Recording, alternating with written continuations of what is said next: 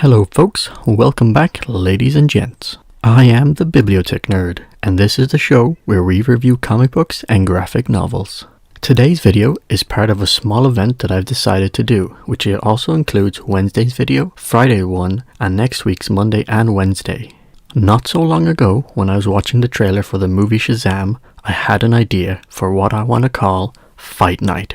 With Captain Marvel's movie having already come out and Shazam's one approaching very fast, I thought it would be a good idea to pit the two superheroes against one another.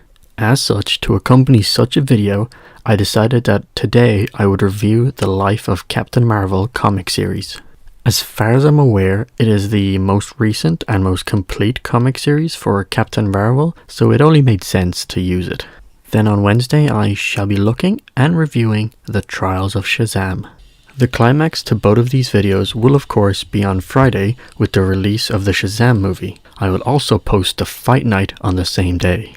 The following Monday will be my very own review of the movie after seeing it. Then the Shazam Origins novel that was released for the film next Wednesday. So all in all, it will be a fun-packed week, and I want to try to see how Fight Night will do. Maybe it will create its own series where I pit a variety of superheroes against one another. Only time will tell what happens with such an idea.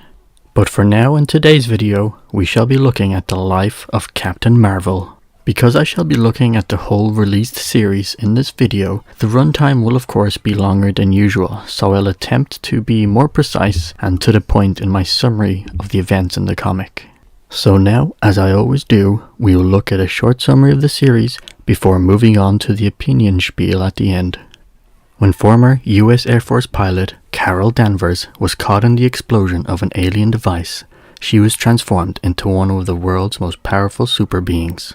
Now, she's an Avenger and Earth's mightiest hero. But before all that, Carol Danvers was just a girl from New England, and this is her story. Part 1. Trapped. Everyone has a different experience when remembering their own childhood. With Danvers, it seems that those golden days also hold some bad memories regarding her father that spill over into affecting her current day state. Her anger stemming from this past transforms into rage, unleashing some uncontrolled blows against her foe. Though a long time had passed, Danvers knew that she had to go visit her home and her family, whether it would be a pleasant time or not. Tension would rise between her and her older brother, as he held resentment against her for leaving them, and especially when their father had been sick. Danvers would end up fighting with her brother on the matter, which would send him into a drunken mess and make her break her father's gravestone. Luckily, she was also there when her brother got into a near-fatal car crash, ensuring that he would survive, although seriously injured. This would translate into Danvers staying home for roughly the next 9 months as she helped her mother during her brother's recovery. Although the world and the Avengers needed her, she needed to be here with her family. But this wasn't the only thing that would happen during her stay at home. A secret regarding her dad would come out in form of some hidden letters that she would come to stumble upon. A secret that would seriously affect her world in ways that she hadn't expected. End of Part 1. Part 2. Hunted. Carol has put aside her duties with the Avengers to care for Joe Jr., and now she has another reason to stay. Letters hidden in Joe Jr.'s things revealed a secret affair between her father and a mystery woman. Carol's on the hunt for her family's skeletons, but she should be more worried about the strange device she found with the letters. Unbeknownst to Carol, the device activated a signal in deep space. Something is coming, a weapon beyond anything Captain Marvel has faced before. But for now, a different pressing matter had to be resolved. Danvers needed to talk with her mother and tell her what she had found about her father. The fact that he had an affair with a mysterious woman during his lifetime. A flashback to her brother's funeral and a chat with an old childhood friend would eventually spur her on and give her the will to open up the conversation with her mother. Meanwhile, somewhere up in Canada, a blue warrior had finally arrived down to Earth. The signal that was sent from the device Danvers found with the hidden letters would guide this new threat towards her. The hunt had begun. Back home though, the conversation had been breached about her father's affair, and yet her mother's response was an unexpected shock. She had already known the whole ordeal. This revelation would not sit well with Danvers and would affect her decision to finally leave home and return to the adventures. Things are never that straightforward though, and plans always change when it's least expected. End of part 2. Part 3, Caught. A ray of light finally appeared for Carol. Her brother woke up from his coma. But now, while she tries to pull her family back together, a deadly Kree soldier, summoned when Carol unknowingly turned on a strange device among her father's letters, is on her way to tear them apart again. Danvers is running though, not away from her problems or home, but trying to clear her head. It had been so long since she could clearly think of what was going on. Meeting up with her friend Louis, he finally gets the courage to reveal his affections for her and even attempts to go in for a kiss. Unfortunately, the moment is interrupted as an impending doom is coming towards Maine, with a piercing noise being emitted from the strange device back at the house.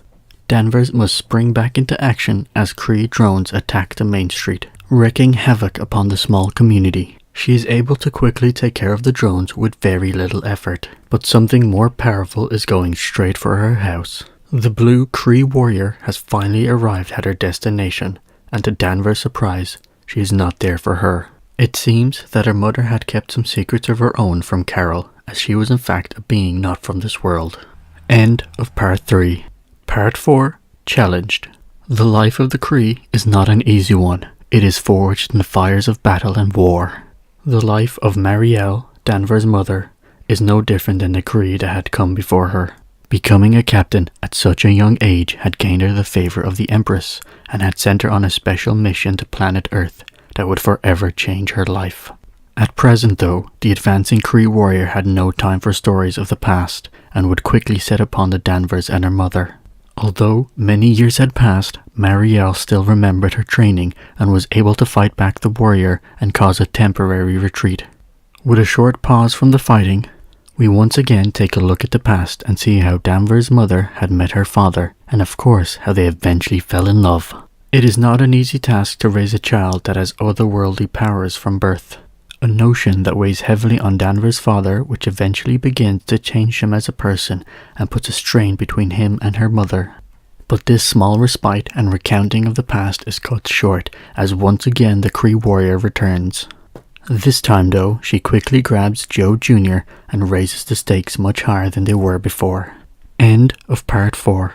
Part 5. Championed.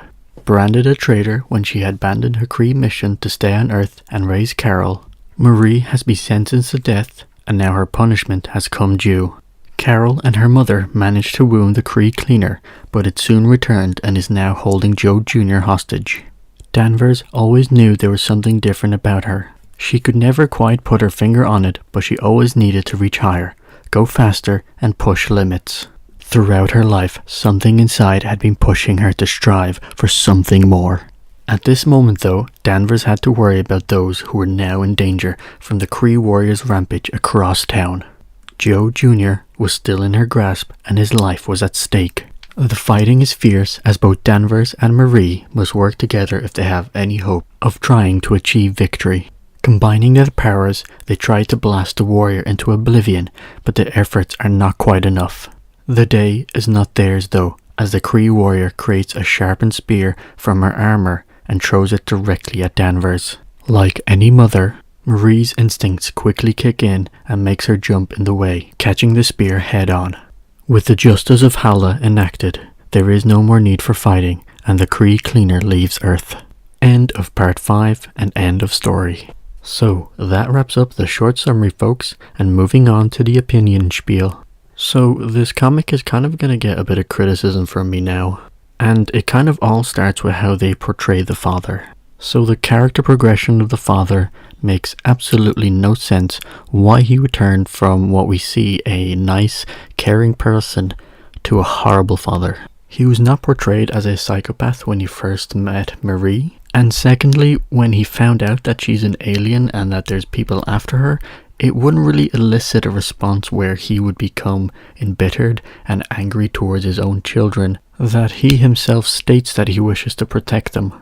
Literally everything that happens in this comic book depends on the terrible character progression of Danvers' father. This seems to be the cause of the panic attacks which Danvers has in modern times. This makes no sense why they were written in, as nothing in her flashbacks would adequately describe why she has gained these panic attacks. They are disproportionate to what we are being shown. So much of the family conflict and really the other characters' progression relies on the fact of the dad being abusive, even though it's a bad character progression for him. In my opinion, it wasn't a logical step to take in the character progression, other than maybe the writer wanted to make the dad look bad and then give Danvers some daddy problems. But this is not the end of my criticism for the character progression. This extends into how Captain Marvel is written, but also in how the dialogue is written. From the very beginning of the comic, she's kind of presented to us as being immature, self-centered, and kind of annoying. Sometimes she's far too aggressive with how she interacts with her mother, and sometimes it just feels like it's mean-spirited. Now, this wouldn't be a problem if by the end of the comic we get a character progression for her to change how she is, but to be honest, it doesn't feel like we do at the very end. The death of her mother kind of seems like just a small speed bump on the road instead of a whole bridge collapsing moment. Now, the dialogue that I had brought up, no one seriously speaks the way that they do in this comic, and it's absolutely horrible. It's like you're watching a comedy skit of a Hollywood bimbo. But you also have to technically add on the fact that it is in a Boston accent. After all, the accent is part of her character.